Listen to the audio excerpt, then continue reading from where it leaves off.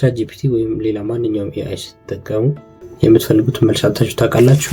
ችግሩ የቻትጂፒቲ ሳይሆን የምትሰጡት ፕሮምፕት ወይም ትዕዛዝ ሊሆን ይችላል። የፕሮፌሽናል ፕሮምፕትን አጻጻፍ አሁን አሳያችኋለሁ። አንድን ውጤታማ ትዕዛዝ ወይም ፕሮምፕት ለመጻፍ 4 ዋና ዋና ነገሮች ያስፈልጉናል። እነሱ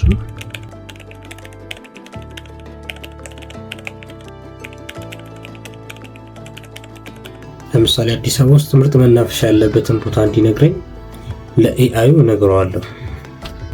መጀመሪያ የምፈልገውን እነግረዋለሁ። ለምሳሌ አዲስ አበባ ውስጥ ያሉ ምርጥ መናፈሻ ቦታዎችን ዝርዝር እፈልጋለሁ ብዬ በግልጽ እነግረዋለሁ።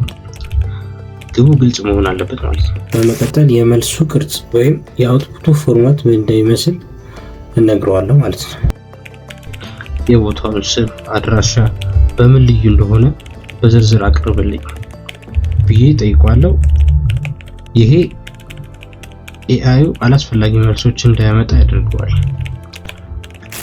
ከዚያ በኋላ ማስጠንቀቂያ እንሰጠዋለን። የምትሰጠው መልስ ትክክለኛነቱና መኖሩን አረጋግጥ።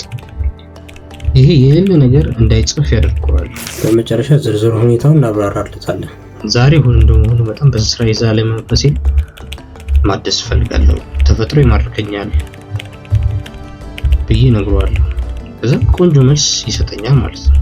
ይህንን ዘዴ ከተጠቀማችሁ ኤአይ የሚገርም መረዳታችሁ ይሆናል።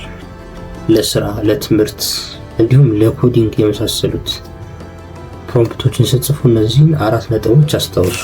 ቪዲዮን ላይክ፣ ሼር፣ በተለይም ኮፒ ሊንክ በማድረግ እንደዚህ አይነት ሊጠቅም የሚችሉ ቪዲዮ ሌላ ጊዜ ሊያስፈልጋችሁ ይችላልና ፎቨራይት ላይ አድርጉት።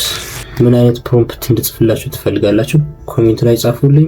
ፕሮምፕቱን እጽፍላችኋለሁ ወይም ቪዲዮ ሰራላችኋለሁ። ይመቻችሁ።